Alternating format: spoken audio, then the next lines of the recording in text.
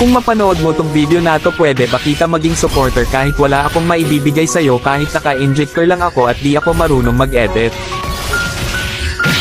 Gusto ko lang maranasan ang pakiramdam ng may humahanga sa bawat video na ina-upload.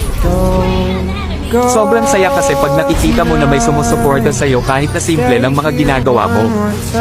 Nakakasipag gumawa ng video at hindi nakakasawang mag-upload. Sa panahon kasi ngayon, pag wala kang maibibigay ay malabo kapansinin ng iba, sa halip puro masasakit na salita pa ang mababasa mo. Nakakalungkot man isipin, pero yon ang totoo. Di ko naman nilalahat, pero karamihan ganon. Ang hirap kasi pag walang talent, pag di ka gwapo, maganda o sikat na kilalang tao. Ang hirap pag di ka mayaman.